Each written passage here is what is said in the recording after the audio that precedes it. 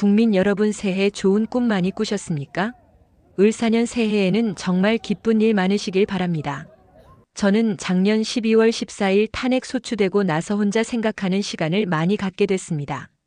좀 아이러니하지만 탄핵 소추가 되고 보니 이제서야 제가 대통령이구나 하는 생각이 듭니다.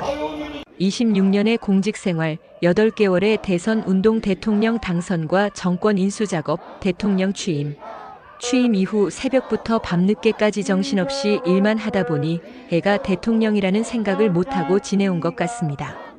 공직 인사, 선거 공약과 국정과제 현안과 위기 관리 등 외교, 안보, 경제, 사회 문제를 정말 치열하게 고민하고 토론하고 어려운 결정을 해야 하는 일이 많았습니다. 저는 학창시절부터 능력은 노력이라는 생각을 가지고 살아왔기에 무조건 열심히 치열하게 일해왔습니다. 대통령답게 권위도 갖고 휴식도 취하고 하라고 조언하는 분도 많이 계셨지만 취임 이후 나라 안팎의 사정이 녹록지 않았습니다. 글로벌 안보 및 공급망 위기, 고물가, 고금리, 고환율 의외 생적 경제 위기가 닥쳐왔습니다. 지난 정부의 포퓰리즘 정책에 따른 국가 채무의 폭발적 증가, 부동산 정책 실패에 따른 영끌 가계대출 문제, 소주성 정책에 의한 최저임금 인상 등으로 자영업자와 소상공인, 중소기업의 경영 악화와 대출금 문제 등은 경제 위기를 극복해 나가는데 어려움을 더하였습니다. 하지만 국민 여러분께서 어려운 여건에도 저와 정부를 믿고 따라주신 덕분에 차근차근 현안과 위기를 풀어갈 수 있었습니다. 징벌적 과세 정책을 폐기하고 시장 원리에 충실하게 부동산 정책을 펴온 결관주택 가격을 안정적으로 관리하고 글로벌 중추국가 외교와 경제를 연결하여 해외 시장을 개척하고 수출에 노력한 결과 지난해 역대 최대 수출 실적을 달성하고 우리보다 인구가 1.5배 많은 일본을 거의 따라갔습니다. 1인당 GDP는 지난해 일본을 추월했고요. 한미동맹의 핵기반 업그레이드와 포괄적 전략동맹 강화 그리고 한일 관계 정상화를 통한 한미일 3국 협력체계는 우리 경제의 대외 신인도를 든든하게 뒷받침해 주었습니다. 요새는 안보와 경제 그리고 사회 개혁을 위해 이리 뛰고 저리 뛴 지난 2년 반의 시간이 파노라마처럼 스쳐갑니다. 좀 더 현명하게 더 경청하면서 잘했어야 했는데 하는 후회도 많이 듭니다. 지난 대선 기간 그리고 취임 후 2년 반의 시간을 돌이켜보면 부족한 저를 믿고 응원해주신 국민 한 분 한 분이 얼굴이 떠오르고 지친 몸을 끌고 새벽 일을 시작하시는 분들, 추운 아침 미래를 준비하기 위해 책가방을 둘러매고 나가는 학생들, 어려운 여건에서 아프고 불편한 몸으로 고생하시는 분들 생각이 많이 납니다. 찾아뵙고 도움을 드리지 못해 안타까운 마음입니다. 부지런히 돌아다니고 일하다가 이렇게 직무정지 상태에서 비로소 내가 대통령이구나라는 생각을 하게 되는 것은 이러한 안타까움 때문이 아닌가 싶습니다. 이번 직무정지가 저의 공직생활에서 4번째 직무정지입니다. 검사로서 1차례, 검찰총장으로서 2차례 모두 3차례의 직무정지를 받았습니다. 제 주변 사람들은 제게 적당히 타협하고 조금 쉬운 길을 찾지 않는다고 어리석다고 합니다. 어리석은 선택으로 직무정지를 받다 보면 가까운 사람들이 등을 돌리고 외로움을 느낄 때도 있지만 시간이 지나면 오해도 풀리고 많은 분들의 응원과 격려가 힘이 되었습니다. 늘 저의 어리석은 결단은 저의 변함없는 자유민주주의와 법치주의에 대한 신념이었습니다. 자유민주주의 아닌 민주주의는 가짜 민주주의이고 민주주의의 이름을 빌린 독재와 전체주의입니다. 민주주의는 개인의 자유를 지켜주기 위한 제도이고 자유민주주의는 법치주의를 통해 실현되는 것입니다. 또 우리 공동체 모든 사람들의 자유가 공존하는 방식이 바로 법치입니다. 법치는 자유를 존중하는 합리적인 법과 공정한 사법관에 의해 실현됩니다. 법치주의는 자유민주주의의 핵심 요소입니다. 자유민주주의는 경제에 있어 자유시장 경제 원리와 결합하여 자율과 창의를 통해 우리의 번영을 이루어내고 풍부한 복지와 연대의 재원을 만들어내며 번영의 선순환을 만들어냅니다. 우리나라는 부존자원이 없지만 훌륭한 인적자원을 가지고 있고 개방적이고 활발한 국제교역을 통해 발전해왔습니다. 오늘날 세계는 안보, 경제, 원자재 공급망 등에서 모든 나라들이 서로 복잡한 관계를 맺고 있습니다. 우리의 번영을 지속하고 미래 세대에 이어주려면 자유와 법치의 가치를 공유하는 국가들과의 연대가 특히 중요합니다. 물론 우리에게 적대적인 공격을 하지 않는 국가는 체제와 가치가 다르더라도 상호 존중과 공동이익의 추구라는 현실적인 측면에서 협력해야 합니다. 하지만 체제와 지향하는 가치가 우리와 다르고 우리에게 적대적인 영향력 공세를 하는 국가라면 늘 경계하면서 우리의 주권을 지키고 훼손당하지 않도록 해야 합니다. 외부의 주권 침탈 세력의 적대적 영향력 공작을 늘 경계해야 하는 것입니다. 그렇게 해야 그런 세력의 영향력을 차단하고 우리를 만만히 보지 않도록 하면서 상호 존중과 공동 이익을 실현할 수 있는 것입니다. 우리가 경계하고 조심해야 공동 번영과 평화를 누릴 수 있는 것입니다. 제2차 세계대전 이후 유엔이 설립되고 어떤 사유이든 분쟁을 군사 공격과 전쟁으로 해결하는 것은 국제법상 금지되고 방어 목적 이외 전쟁은 금지되었습니다. 총칼로서 피를 흘리는 군사 공격과 전쟁 도발은 국제법상 금지되었으므로 강대국이라 하더라도 외교상 큰 부담으로 작용하게 되어 총칼을 쓰지 않는 회색지대 전술이 널리 사용되게 된 것입니다. 허위 선동의 심리전, 정치인 매수와 선거 개입 등의 정치전 디지털 시스템을 공격하는 사이버전, 군사적 시위와 위협을 보태어 시연하는 하이브리드 전술이 널리 쓰이게 된 것입니다. 국가 기밀 정보와 핵심 산업 기술 정보의 탈취와 같은 정보전도 하이브리드전에 포함됩니다. 그래서 현대적 신흥 안보는 군사 정치 안보를 넘어서 경제 안보, 보건 환경 안보, 에너지 식량 안보, 첨단 기술 안보, 사이버 안보, 재난 안보 등 매우 포괄적이고 다양합니다. 군사 정치 안보는 정보 보호, 보안과 각종 영향력 공작 차단을 포함합니다. 군사 도발과 전쟁은 상대국의 주권을 침탈하는 정치 행위인데 국제법이 금지하는 군사 도발과 전쟁을 하지 않고 공격과 책임 주체도 뚜렷이 드러나지 않는 다양한 회색지대 하이브리드전을 주권 침탈의 수단으로 사용하는 것입니다. 특히 권위주의 독재 국가, 전체주의 국가는 체제 유지를 위해 주변국을 비롯한 많은 국가들을 속국 내지 영향권 하에 두려고 하고 있습니다. 국내 정치 세력 가운데 외부의 주권 침탈 세력과 손을 잡으면 이들의 영향력 공작에 도움을 받아 정치권력을 획득하는 데 유리합니다. 그러나 공짜는 없습니다. 우리의 핵심 국익을 내줘야 합니다. 국가기밀정보, 산업기술정보뿐 아니라 원전과 같은 에너지 안보와 산업 경쟁력 등을 내주고 나아가 자유의 가치를 공유하는 국가들과의 연대를 붕괴시키고 스스로 외교 고립화를 자초합니다. 국익에 명백히 반하는 반국 가행위를 하는 것입니다.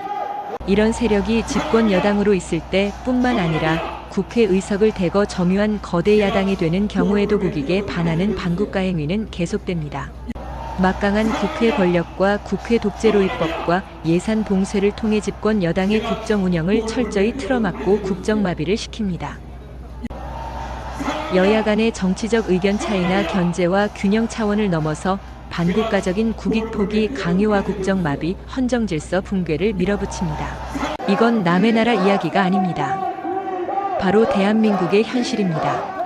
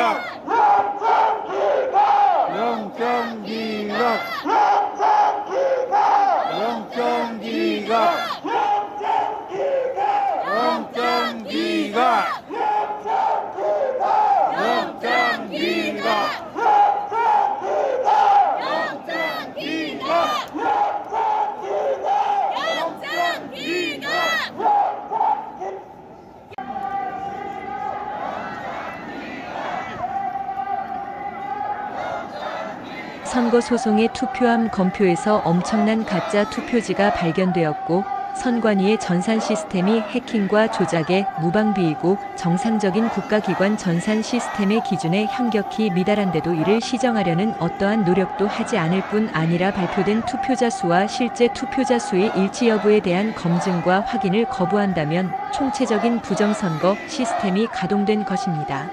이는 국민의 주권을 도둑질하는 행위이고 자유민주주의를 붕괴시키는 행위입니다. 자유민주주의와 법치주의를 지향하는 정상적인 국가라면 선거소송에서 이를 발견한 대법관과 선관위가 수사 의뢰하고 수사에 적극 협력하여 이런 불법 선거 행위가 일어났는지 철저히 확인해야 하는 것입니다.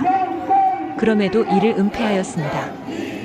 살해당한 시신은 많이 발견됐는데 피해자 가족에게 누가 범인인지 입증 자료를 찾아 고소하여 처벌이 확정되지 않는 한 살인사건을 운운하는 것을 음모론이라고 공격한다면 이게 국가입니까? 디지털 시스템과 가짜 투표지 투입 등으로 이루어지는 부정선거 시스템은 한 국가의 경험 없는 정치 세력 이용자 독자적으로 시도하고 추진할 수 있는 일이 아닙니다. 잘못하다가 적발되면 정치 세력이 붕괴될 수 있습니다.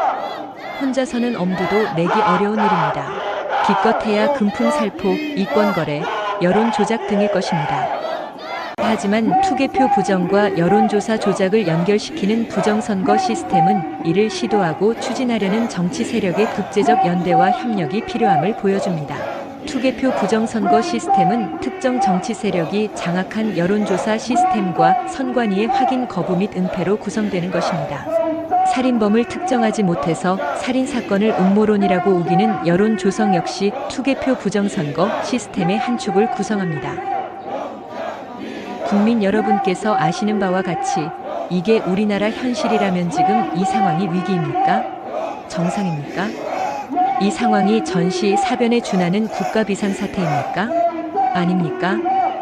전시와 사변은 우리 국토 공간 위에서 벌어지는 물리적인 상황 즉 하드웨어의 위기 상황이라면 지금 우리의 현실은 우리나라의 운영 시스템과 소프트웨어의 위기 상황인 것입니다. 헌법 66조는 대통령은 국가원수로서 국가를 대표하며 국가의 독립, 영토의 보전, 국가의 계속성과 헌법을 수호할 책무를 진다고 되어 있습니다.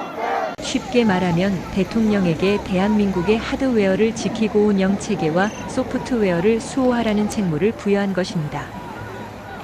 거대 야당이 국회 독재를 통해 입법과 예산을 봉쇄하여 국정을 마비시키고 위헌적인 법률과 국익에 반하는 비정상적인 법률을 남발하여 정부에 대한 불만과 국론 분열을 조장하고 수십 차례의 줄탄핵으로 잘못 없는 고위공직자들의 직무를 정지시키고 심지어는 자신들의 비리를 수사하고 감사하는 검사와 감사원장까지 탄핵하고 자신들의 비리를 덮는 방탄 입법을 마구잡이로 추진하는 상황은 대한민국 운영체계의 망국적 위기로서 대통령은 이 운영체계를 지켜낼 책무가 있습니다. 저는 헌법기관인 감사원장까지 탄핵하여 같은 헌법기관인 헌법재판소의 법정에 세우려는 것을 보고 헌법 수호 책무를 이행하기 위한 비상조치가 필요하다고 생각하였습니다. 거대 야당의 일련의 행위가 전시, 사변에 준하는 국가비상사태라고 판단하고 대통령에게 독점적 배타적으로 부여된 비상계엄 권한을 행사하기로 한 것입니다. 계엄은 과거에는 전쟁을 대비하기 위한 것에 국한되는 것이었지만 우리 헌법은 이에 준하는 국가비상사태라고 규정하여 전쟁 이외의 다양한 국가위기 상황을 계엄령 발동 상황으로 예상하고 있습니다. 국가위기 상황에서 자유민주국가의 대통령이 가장 먼저 해야 할 일은 주권자인 국민들에게 국가위기 상황을 알리고 이를 극복하기 위해 힘쓰자는 호소를 하는 것입니다. 그래서 국방부 장관에게 국회 독재를 알리고 질서 유지를 하기 위해 그리고 부정선거 가동 시스템을 국민들께 제대로 알리고 진상을 파악하기 위해 필요 최소한의 병력 투입을 지시하였고 국회 280명, 선관위에 290명의 병력이 투입된 것입니다.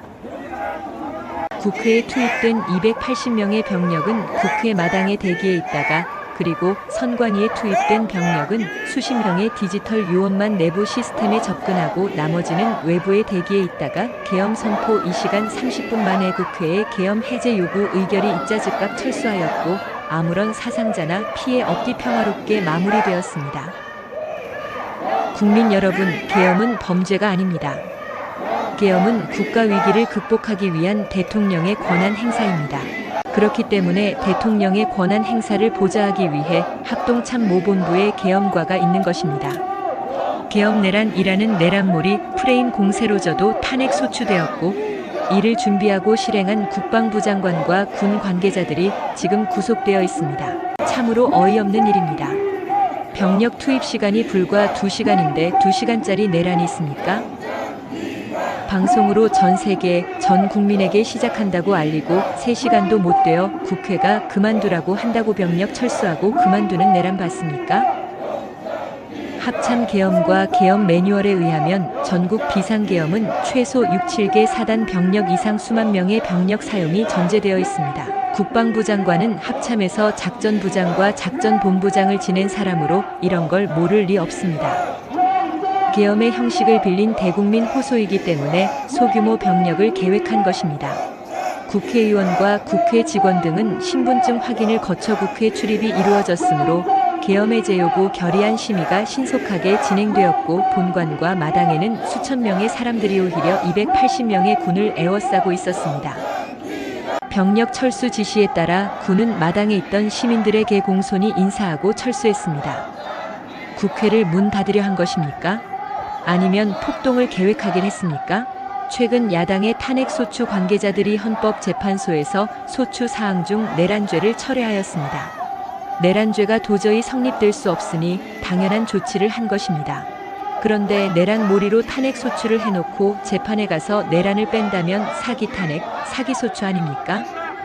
탄핵소추 이후의 상황을 보아도 그 오랜 세월 민주화 운동을 했다고 자부하는 정치인들이 맞나 싶습니다. 하지만 최근 많은 국민들과 청년들이 우리나라의 위기 상황을 인식하고 주권자로서 권리와 책임의식을 가지게 된 것을 보고 있으면 국민들께 국가위기 상황을 알리고 호소하길 잘했다고 생각되고 국민들께 깊은 감사를 느끼게 됩니다. 저는 대통령에 출마할 때부터 우리나라의 대통령이라는 자리가 영광의 길이 아니라 형극의 길이라는 사실을 잘 알고 있었습니다. 하지만 이 나라의 자유민주주의를 반듯하게 세우고 자유와 법치를 외면하는 전체주의적 이권 카르텔 세력과 싸워 국민들에게 주권을 찾아드리겠다고 약속한 만큼 저 개인은 어떻게 되더라도 아무런 후회가 없습니다. 제가 독재를 하고 집권 연장을 위해 이런 식으로 계엄을 했겠습니까? 그런 소규모 미니 병력으로 초단시간 계엄을 말입니다. 사법적 판단이 어떻게 될지는 제가 알 수 없는 일이지만 국민 여러분께서는 이 계엄이 헌법을 수호하고 국가를 살리기 위한 것인지 아닌지 잘 아실 것으로 저는 믿습니다. 과거에는 대통령의 독재에 국회의원들이 저항하고 민주화 투쟁을 했다면 세계 어느 나라 헌정사에서도 유례가 없는 막가파식 국회 독재의 폐악에 대해 헌법 수호 책무를 부여받은 대통령으로서 당연히 저항하고 싸워야 하는 것입니다. 국가 기능을 정상화시키고 자유민주주의를 지키기 위해서입니다. 수사권 없는 기관에 체포영장이 발부되고 정상적인 관할이 아닌 법관 쇼핑에 의해서 나아가 법률에 의한 압수수색 제한을 법관이 임의로 해제하는 위법 무효의 영장이 발부되고 그걸 집행한다고 수천 명의 기동경찰을 동원하고 1급 군사시설보호구역을 무단 침입하여 대통령 경호관을 영장 집행 방해로 현행범 체포하겠다고 나서는 작금의 사법 현실을 보면서 제가 26년 동안 경험한 법조계가 이런 건지 어처구니가 없습니다. 자유민주주의를 경시하는 사람들이 권력에 칼자루를 쥐면 어떤 짓을 하는지 우리나라가 지금 심각한 망국의 위기 상황이라는 제 판단이 틀리지 않았다는 씁쓸한 확신이 들게 됩니다. 자유민주주의와 법치는 동전의 양면입니다. 자유민주주의를 실현하는 법치는 형식적 법치, 꼼수 부리는 법치가 아닙니다. 이런 법치는 인민민주주의 독재, 전체주의 국가에서 자유를 억압하기 위해 악용되는 법치입니다. 법은 자유민주주의 헌법 정신을 실현하기 위해 만들어져야 하고 일단 만들어진 법은 다수결의 지배가 아니라 소수자 보호와 개인 권익 보호에 철저를 기해야 하는 것입니다. 우리나라 좌파 운동권도 자신들이 주류가 아닐 때는 이러한 법치주의의 보호에 기대왔지만 국회 절대 다수 의석을 차지한 다음에는 실질적 법치보다 다수결의 민주가 우선하며 법치국가적 통제보다 민주적 통제를 앞세우고 있습니다. 저는 검찰총장 시절 민주당 정권의 이런 무법적 폐악을 제대로 겪었습니다. 이렇게 되면 법률가, 법조인은 정치, 권력의 하수인으로 전락하는 것입니다. 하지만 국민 여러분, 힘내십시오. 주권자인 국민 여러분께서 확고한 권리와 책임의식을 가지고 이를 지키려고 노력한다면 이 나라의 미래는 밝고 희망적입니다. 국민 여러분, 감사합니다.